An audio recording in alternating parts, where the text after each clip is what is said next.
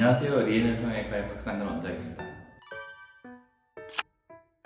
재수술을 할 때 가끔 저는 그런 비유를 하거든요. 이제 저 수술을 우리 떡이 있잖아요. 시루떡이 있다라고 하면 굉장히 층층이 여러 개도 있잖아요. 근데 그거를 발로 딱 이렇게 밟아버렸어요.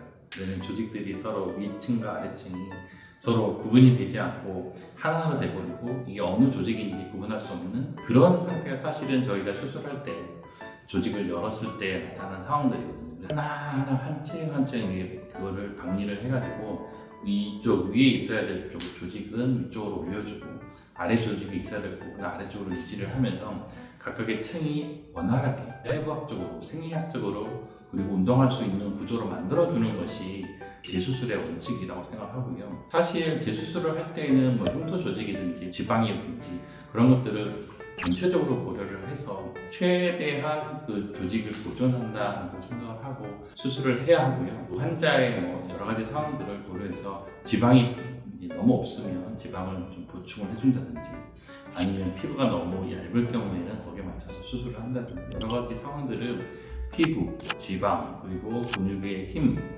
그리고 조직 밀착 정도, 흉살 정도 이런 것들을 종합적으로 판단을 해서 재수술의 계획을 잡고 수술을 하는 것이 중요하다고 생각합니다.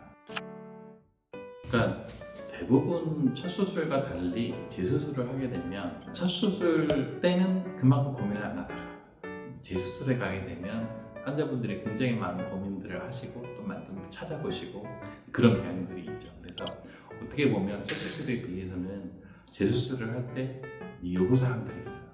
그런 요구사항들이 개선이 가능한 것이냐, 개선이 가능하지 않는 것이냐가 제일 중요할 것 같고요. 그 부분에 대한 의사소통이 굉장히 중요하죠. 그리고 의사 입장에서는 첫 수술을 어떻게 했을까라는 고민이 가장 크죠. 어느 정도의 유착이 있고 그 유착으로 인해서 눈 뜨는 힘이 어느 정도 영향이 있을까, 그런 것들이 가장 중요할 것 같고, 환자들 입장에서 보면 첫 수술의 두 번째 수술이 영향을 받기 때문에 첫 수술을 어떻게 했는지, 어떤 수술 방식으로 했는지, 어떤 수술을 했는지를 어떻게 보면 좀 정확히 아시는 게 되게 중요해요.